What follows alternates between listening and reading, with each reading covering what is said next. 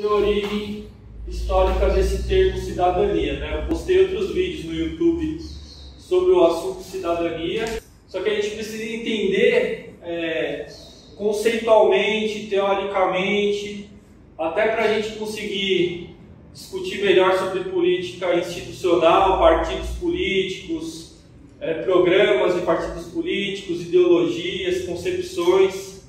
A gente só vai ter essa base se a gente conseguir entender melhor, né, o conceito, a teoria por trás de nomes que nós utilizamos muito no contexto da democracia atual.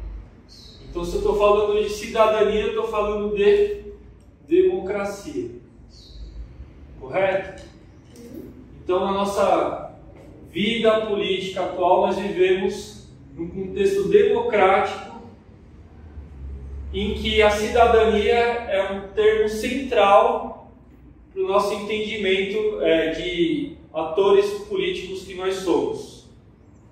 Então, se nós vivemos em uma sociedade moderna, contemporânea, capitalista, etc., etc., tudo isso tem a ver com uma ideia subjacente, né? Ou seja, uma ideia que está por trás de todas essas nossas ações amparadas por leis, que são ações de cidadania.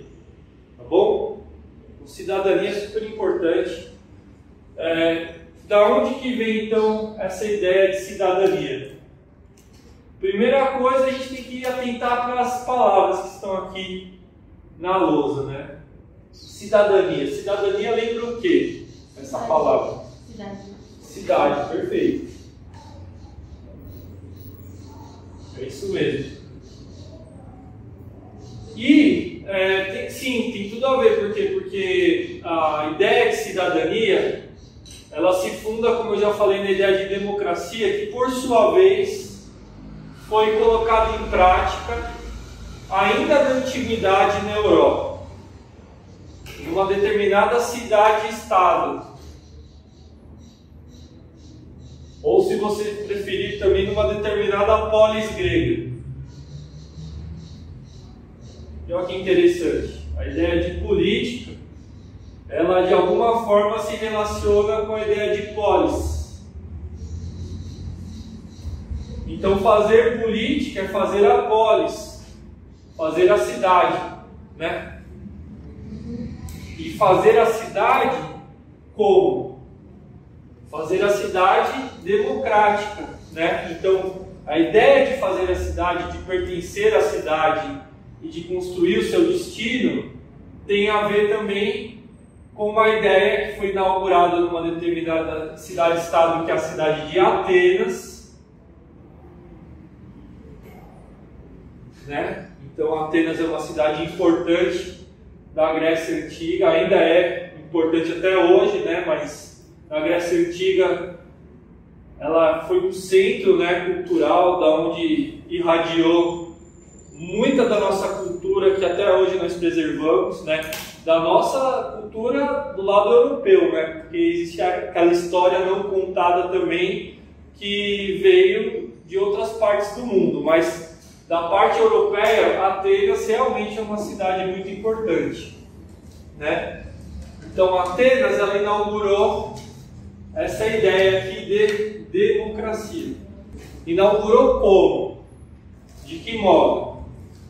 Atenas era uma cidade democrática, mesmo como nós conhecemos hoje a ideia de democracia? Para responder isso, a gente só tem que saber o que significa democracia mesmo, né? Você sabe o que significa demo? Povo. Povo, isso. E cracia? Poder. Isso, vem dessa palavra aqui grega também, que é poder. Então, democracia é o poder do povo, pelo povo, para o povo. Né? Então, essa ideia de democracia em Atenas não é igual ao que é hoje. Não era igual ao que é hoje. E por quê? Porque o povo de Atenas existia um outro entendimento do que é povo na Grécia Antiga em relação ao que nós entendemos hoje. Então o povo de Atenas, na verdade, ele se limitava só aos merecedores do título de cidadãos atenienses, que eram quem? Eram homens descendentes, né, de atenienses, eram homens da terra e proprietários de terra também. Maiores de 21 anos. Com isso, era excluído desse povo de Atenas o quê? Praticamente tudo, né? Se excluía mulheres, crianças. Oi? Os pobres, na verdade, eram os escravizados, né? Eram as pessoas escravizadas e os estrangeiros. Só que somando isso daqui, dava mais de 90% da população ateniense. Mais que isso. Então, a democracia ateniense ela era circunscrita a uma minoria, né? De fato, uma minoria mesmo. Só que daí é que está a questão. A gente tem que entender essa ideia de democracia em Atenas de uma certa perspectiva. Era um outro momento histórico, existia um outro tipo de pensamento vigente, né? Então, o que importa é o seguinte, que essas pessoas que eram as cidadãs, que são só essas daqui, homens, proprietários, etc., elas participavam conjuntamente das decisões da cidade, dos rumos da cidade, e até existia um lugar para isso, que era a Ágora.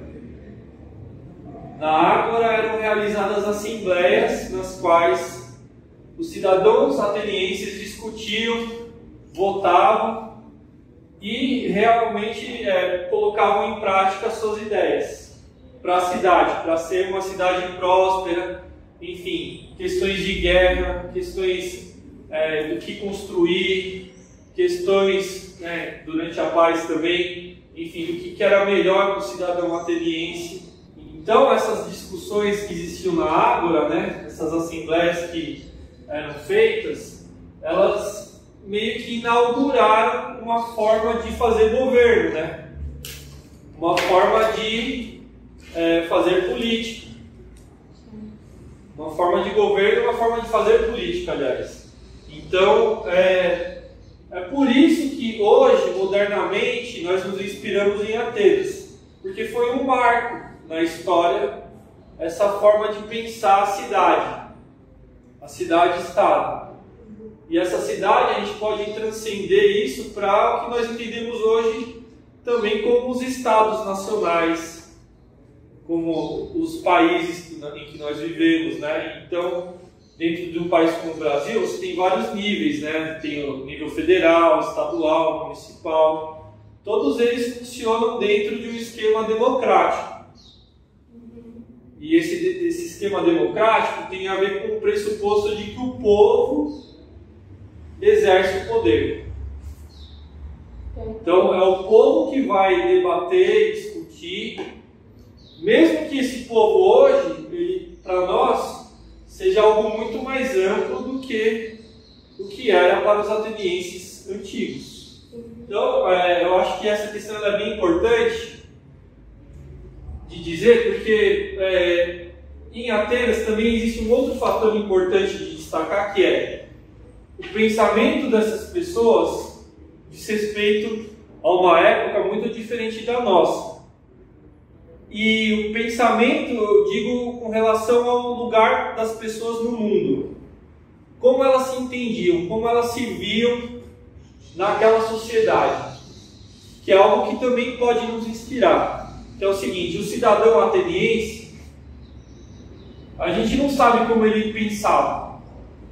Nós não temos nem condições para fazer isso, né? Para saber o que uma pessoa pensou até hoje em dia, imagina há mais de 2000 anos atrás, né? Então, realmente não está ao nosso alcance. Mas, pelos vestígios deixados pelos atenienses, que são suas obras filosóficas, né? Então Platão mesmo, o filósofo Platão, deixou aí um tratado, né, política. Ele tem um livro que se chama Política, né, Política de Platão. Não é que ele escreveu, né? Escreveram e o Platão está lá implicado como se ele fosse o autor daquele texto, né? Então realmente a gente se inspira muito em Platão, por exemplo, até para pressupor o que os atenienses pensavam. E pressupõe-se que esses cidadãos atenienses, eles pensavam o seguinte, que o lugar deles no mundo era um lugar como os outros. Melhor dizendo, essa ideia de individualismo que nós temos hoje, por causa de todos os fatores históricos que determinaram o nosso desenvolvimento, então o homem moderno, o homem eu digo gênero humano, não o homem homem e mulher, né? O ser humano moderno, se vocês preferirem, tem algo que o caracteriza, que é essa marca distintiva do individualismo. Ele é muito individualista porque ele vive numa sociedade em que existe a concorrência do capitalismo, a concorrência entre indivíduos, né? Então essa ideia de indivíduo, um ser individual, um ser único, com a sua identidade, mas uma identidade particular, né? Enfim, aquela pessoa que é única, singular, e que o mundo orbita em torno da própria subjetividade desse indivíduo. Essa subjetividade ela era diferente para o ateniense, porque ele entendia que o lugar dele no mundo não era o destino dele, dependia do destino da cidade. Eles pensavam em conjunto. Então, exatamente, a ação dele para com a cidade não tinha tanto a ver com os interesses particulares, individualistas dele, mas ele entendia que o destino dele próprio, dele, ser humano ateniense, dependia de uma adesão à coletividade. A cidade estava acima dele próprio.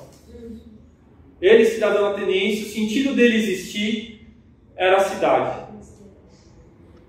O destino dele estava ligado exatamente ao destino da cidade. É diferente do que se tem hoje, com todo esse desenvolvimento, com toda essa complexidade, em que as pessoas perdem assim, as referências, né? Então, existem muitos padrões diferentes culturais que coexistem, né? Existem muitas relações de poder nos diversos lugares, né? Muito intercâmbio, enfim. Então a população mesmo ela é muito mais numerosa hoje do que era em Atenas. Então é difícil a gente imaginar esse tipo de pensamento pela própria condição da nossa existência hoje. Como que nós existimos hoje, não dá para reproduzir o que era viver em Atenas numa sociedade como a nossa. Então, isso é outra coisa importante. O cidadão ateniense, quando ele fazia a política que ele fazia democrática era uma política de uma democracia direta.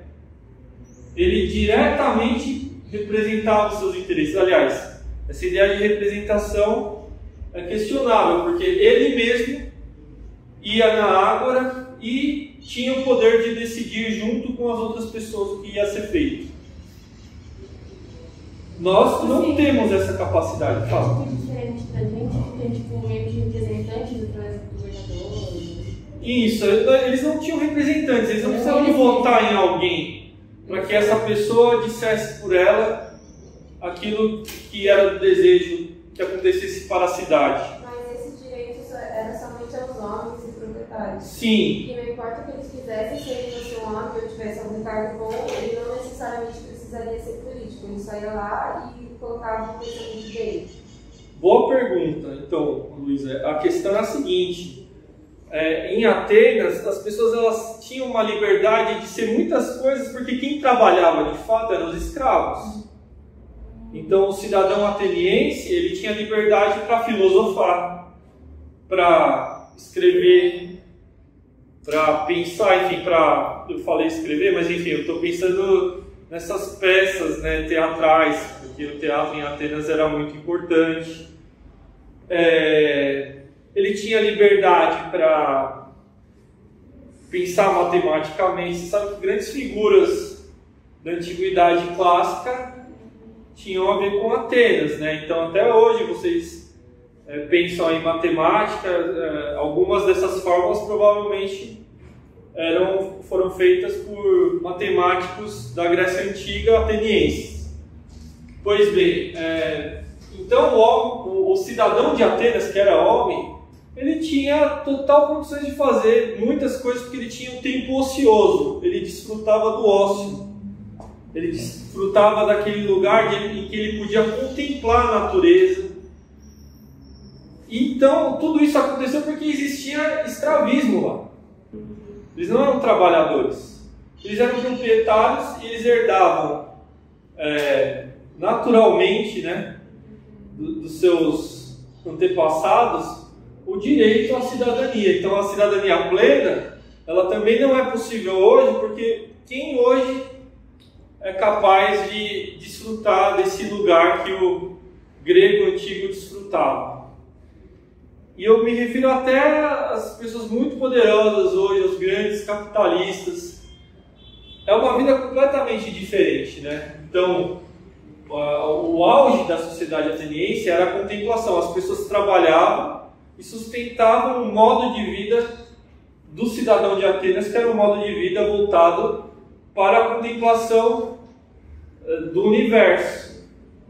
Por isso que as ciências se desenvolveram em Atenas.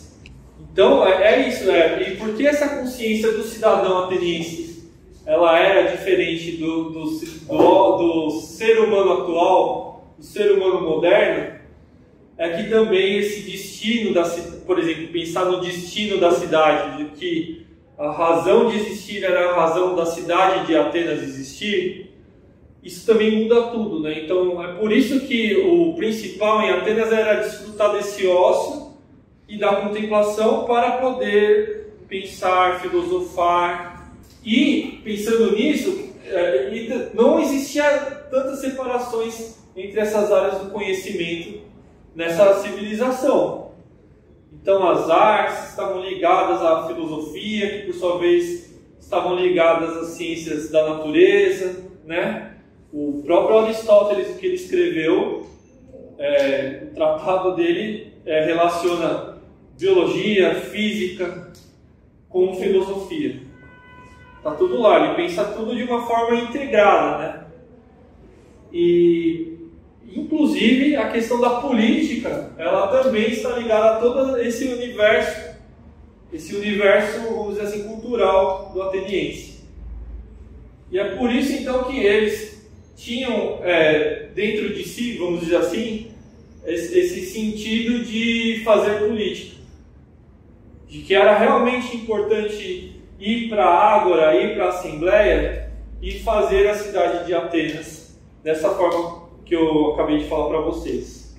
Essa democracia do ateniense é diferente da nossa, porque a nossa democracia, pelo número de pessoas que existem hoje, né, no planeta são 7 bilhões ou mais de pessoas que vivem, mas pensando na nossa realidade mesmo, no Brasil, nas cidades brasileiras, seria possível cada um ir até, por exemplo, a Assembleia Legislativa e pensar as leis e votar as leis? Quanto tempo não ia demorar para que todos fossem ouvidos?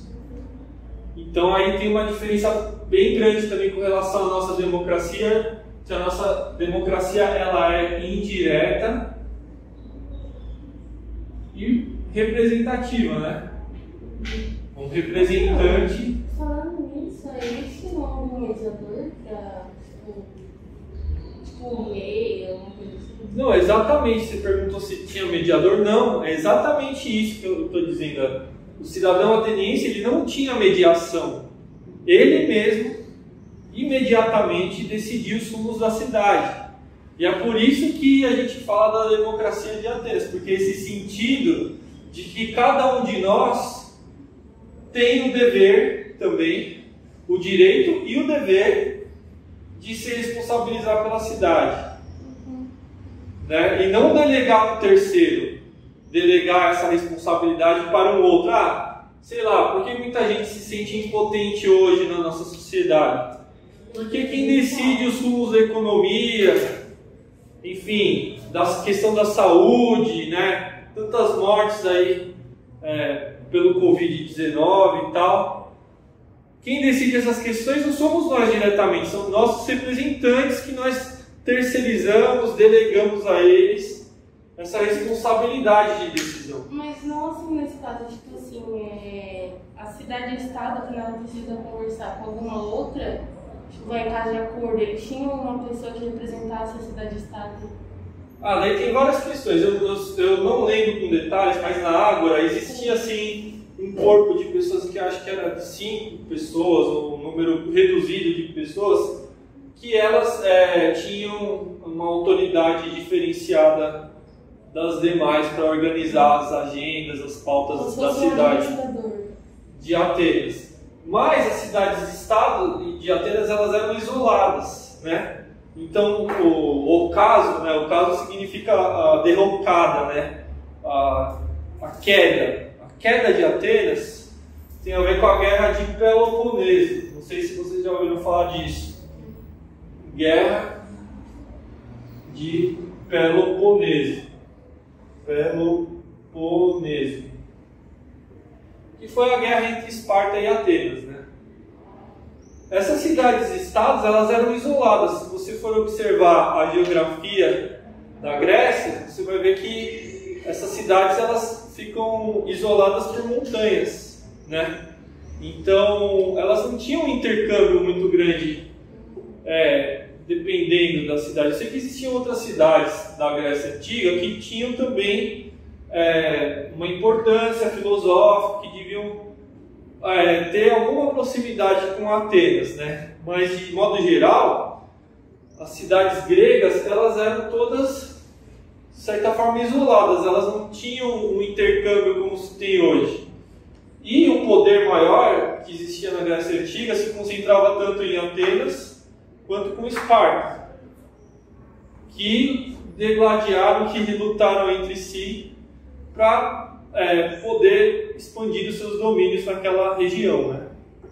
Só que essa luta interna enfraqueceu a Grécia como um todo e deixou ela à mercê das invasões de outros povos, e foi assim que a civilização grega teve a sua queda. Se você preferir, essa questão da Grécia, de Atenas, essa democracia ela era muito mais voltada para uma política interna. Sei que é possível interpretar desse modo, né? Então eram questões internas a Atenas. E os outros povos eram ameaças, né? Iminentes. Tanto é verdade que os escravos eram estrangeiros também, né? Então os povos estrangeiros eles não eram necessariamente bem vistos, né? Então acho que fica um pouco respondida essa pergunta, sim, né? sim, sim. A maioria dos escravos eram somente estrangeiros? Ou tipo, igual lá, vamos supor, aconteceu, alguém fez um crime e ele se torna escravo? Bom, a maioria dos escravos acho que era assim de povos que travaram batalhas com atenienses e foram escravizados, né? Por serem derrotados, né? Não é à toa então que Atenas era uma das grandes potências da Grécia Antiga. Eles deviam ter uma população mais numerosa, enfim, poder militar maior, né? Esparta era uma cidade-estado eminentemente militar, né? Então, eu acho que isso pesou um pouco nessa luta que foi ganha por Esparta, né? Atenas teve alguns embates com Esparta e perdeu no final, né? No final das contas, Esparta levou a melhor. Mas